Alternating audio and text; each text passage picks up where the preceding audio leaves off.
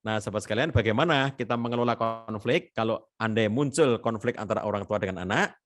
Nomor satu ya, sebagai orang tua, terutama ini kita bicara dari sisi orang tua ya, kita tidak bicara dari sisi anak. Ini kita bicara dari sisi orang tua. Nomor satu, orang tua itu ya, semarah apapun dengan anaknya, setidak nyaman apapun kondisi yang dihadapi pada anaknya itu gitu ya. Misalnya menjumpai anaknya itu berbuat yang menurut orang tuanya nakal dan sudah kelewatan gitu. Nomor satu, kembalikan dulu pada visi keluarga. Supaya apa? Supaya terkontrol. Kadang-kadang kemarahan orang tua itu tidak terkontrol itu karena dia terjebak dalam emosi-emosi sesaat. Setelah anaknya berulah gitu, lalu membuat orang tuanya emosi karena ini sudah dianggap sebagai berkali-kali ya melakukan tindakan kayak begitu, maka kadang-kadang muncul emosi yang puncak berlebihan bahkan sampai ke level yang ketiga tadi ya, sampai memukuli anaknya sendiri misalnya gitu. Itu orang tua seperti ini ya, itu nggak nyadar gitu ya bahwa dia itu punya visi besar. Visi besarnya itu apa? Visi besarnya itu kalau dalam keluarga muslim itu adalah visi kebaikan. Jadi kita itu punya visi kebaikan yang harus diwujudkan juga dengan cara-cara kebaikan. Kita ingin menuju kepada tujuan-tujuan yang baik dan harus dicapai dengan cara-cara yang baik. Nah, visi kebaikan ini, sahabat sekalian, tercermin di dalam doa yang insya Allah kita ucapkan tiap hari, ya.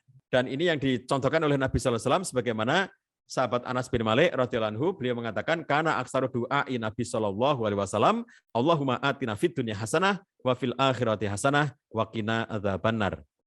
Kata Anas bin Malik, doa yang lebih sering diucapkan oleh Rasulullah SAW adalah Allahumma atina fid dunya hasanah wa fil akhirati hasanah wa qina adzabannar. Kalau teks ayatnya Quran surat Al-Baqarah ayat 201 itu menggunakan teks Rabbana atina fid dunya hasanah wa fil akhirati hasanah wa qina adzabannar. Jadi kalau hadisnya Allahumma, kalau ayatnya Rabbana. Jadi boleh kita berdoa dengan Allahumma atina fid dunya hasanah, boleh sesuai dengan hadis Nabi SAW riwayat Bukhari dan Muslim.